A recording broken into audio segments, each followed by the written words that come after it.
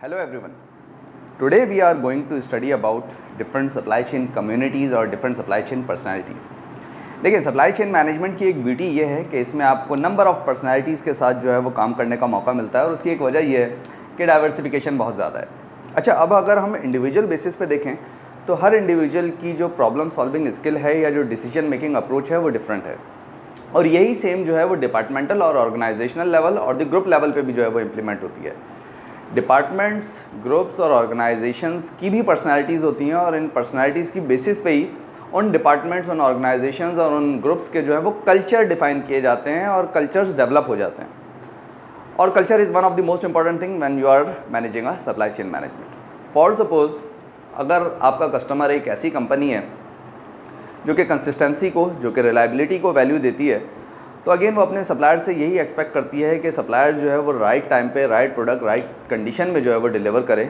और अगेन ये कस्टमर की जो एक्सपेक्टेशंस हैं ये डेवलप हुई हैं on the basis of culture जो कि उस ऑर्गेनाइजेशन का है, जिसके तहत वो कंसिस्टेंसी को और रिलायबिलिटी को जो है वो वैल्यू दे रही है। फॉर सपोज अनदर एग्जाम्पल, अब की बार जो है कस्टमर के पास दो ऑप्शन हैं। फर्स्ट ऑप्शन इज़ कि एक ऐसा सप्लायर है जो कि कंसिस्टेंसी और रिलायबिलिटी पे जो है वो फोकस रखता है और एक और सप्लायर है जो कि इनोवेशन और फ्लेक्सिबिलिटी पे जो है वो एम्फसाइज़ करता है। तो अगेन एक ऐसा कस्टमर जिसके लिए रिलायबिलिटी और कंसिस्टेंसी जो है वो वैल्यू रखती है, वो अगेन अपने सप्लायर से यही एक्सपेक्ट करेगा और उसके लिए ऑप्शन नंबर 1 ज़्यादा फिजिबल होगा जो कि रिलायबिलिटी का है, जो कि कंसिस्टेंसी का है।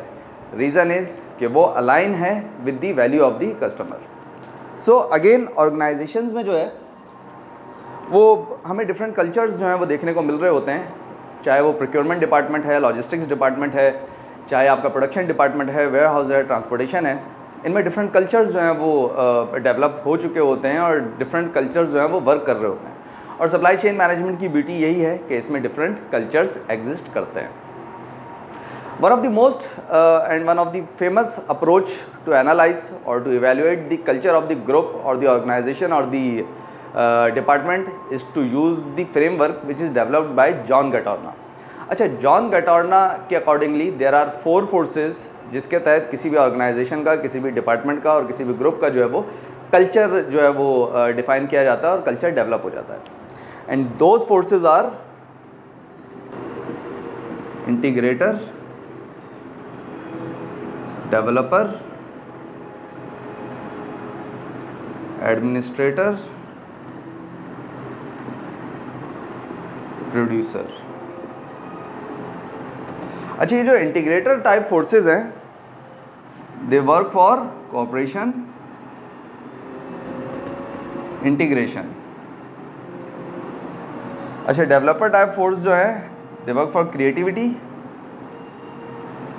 Flexibility, innovations.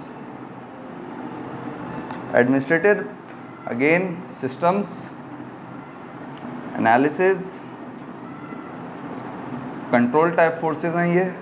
और जो लास्ट है प्रोड्यूसर मीन्स प्लान, रिजल्ट, और ये फोर्सेस बहुत फास्ट होती हैं। So these are the 4 forces जो क्या जॉन गटोर्ना के अकॉर्डिंगली किसी भी ऑर्गेनाइजेशन का जो है वो कल्चर डिफाइन कर रही होती हैं। अच्छा, ऐसी टीम्स जिन्हें इंटीग्रेटर टाइप ऑफ फोर्सेस जो है वो लीड कर रही होती हैं they have a group culture. अच्छा, ग्रुप कल्चर में होता ये है कि जो कम्युनिकेशन है वो इनफॉर्मल्स होती हैं और they work as a family. अच्छा, इसमें एक और खासियत ये है किसी भी ग्रुप कल्चर में they are exclusive. Exclusive means कि अगर आप ग्रुप कल्चर में किसी एक टीम मेंबर के अगेंस्ट होंगे तो इंटायर ग्रुप आपके अगेंस्ट हो जाएगा। और अगेन इस तरह का कल्चर जो है वो हमें ऑर्गेनाइजेशंस में, चाहे वो ऑर्गेनाइजेशनल लेवल पे हो, चाहे ग्रुप लेवल पे हो या चाहे डिपार्टमेंटल लेवल पे हो, ऐसा कल्चर जो है वो हमें अक्सर देखने को मिल रहा होता है। The second is developer. अच्छा, डेवलपर ऐसी टीम्स जिन्हें डेवलपर टाइप फोर्सेस जो है वो लीड कर रही होती हैं दे हैव एंटरप्रेन्योरियल कल्चर। अच्छा, एंटरप्रेन्योरियल कल्चर में होता ये है कि जो कम्युनिकेशंस हैं अगेन वो इनफॉर्मल होती हैं but they work for the common vision और दी कॉमन गोल, और इन्फॉर्मेशन जो है वो विद इन द डिपार्टमेंट और आउटसाइड द डिपार्टमेंट जो है वो शेयर की जा रही होती है। अच्छा, ऐसी टीम्स जिन्हें एडमिनिस्ट्रेटर टाइप फोर्सेस जो हैं वो लीड कर रही होती हैं दे हैव हायरार्किकल कल्चर। अच्छा, हायरार्किकल कल्चर में होता ये है कि जो कम्युनिकेशंस हैं वो फॉर्मल होती हैं और थ्रू प्रॉपर चैनल्स होती हैं। हायरार्किकल कल्चर जो है वो तब बहुत ज़्यादा अच्छे से वर्क करता है जब आप किसी नए प्रोसेस को, किसी एग्जिस्टिंग प्रोसेस को भी जो है वो वैलिडेट करने जा रहे हों, उसे इंप्लीमेंट करने जा रहे हों। बट इसका एक ड्रॉबैक ये है कि ये थोड़ा स्लो है। And the last is producer. अच्छा, ऐसी टीम्स जिन्हें प्रोड्यूसर टाइप ऑफ फोर्सेस जो हैं वो लीड कर रही होती हैं, दे हैव रैशनल कल्चर। अच्छा, रैशनल कल्चर में होता ये है कि जो इन्फॉर्मेशन शेयरिंग है वो बहुत कंसाइज होती है। प्लान्स जो हैं वो रैपिडली जो भी प्लानिंग्स हैं उन्हें प्लान किया जाता है, उन्हें एग्जीक्यूट किया जाता है, उन्हें वैलिडेट किया जाता है। रैशनल टाइप ऑफ कल्चर जो है they are more focused on the results. और रैशनल कल्चर में होता ये है कि अगर आप प्लान से हट के जाना चाहेंगे तो it will be a toughest task. So these are the 4 forces according to John Gattorna, जो कि ऑर्गेनाइजेशंस में एग्जिस्ट करती हैं। अच्छा, for suppose let's take an example of the procurement department और the production department. Procurement department का जो culture होता है वो एडमिनिस्ट्रेटिव कल्चर होता है और एक तरह से हायरार्किकल कल्चर होता है। Means they have to follow all the rules and regulations, they have to follow the proper channel और इंटायर प्रोक्योरमेंट साइकिल जो है उन्होंने फॉलो करनी है। जबकि प्रोडक्शन डिपार्टमेंट का जो कल्चर होता है वो रैशनल कल्चर होता है। मींस उन्होंने प्रोडक्शन को रैपिडली परफॉर्म करना है, जो भी प्लान्स हैं उन्हें एग्जीक्यूट करना है और जो भी इंफॉर्मेशन शेयरिंग है towards all the custodians, all the stakeholders, उन्हें टाइमली पहुँचाना है। अच्छा, प्रोक्योरमेंट डिपार्टमेंट अक्सर जो है वो ये शिकवा करता है कि जी ये जो प्रोडक्शन डिपार्टमेंट है ये तमाम रूल्स एंड रेगुलेशंस को जो है वो फॉलो नहीं कर रहा है। और प्रोडक्शन डिपार्टमेंट की तरफ से अक्सर ये शिकायत देखने को मिलती है कि जी जो प्रोक्योरमेंट डिपार्टमेंट है इसकी वजह से जो है जो प्रोक्योरमेंट से रिलेटेड एक्टिविटीज़ हैं वो स्लो डाउन हो रही हैं। तो अगेन ये 2 अलग कल्चर्स हैं और ऑर्गेनाइजेशंस में डेफिनेटली एग्जिस्ट करते हैं।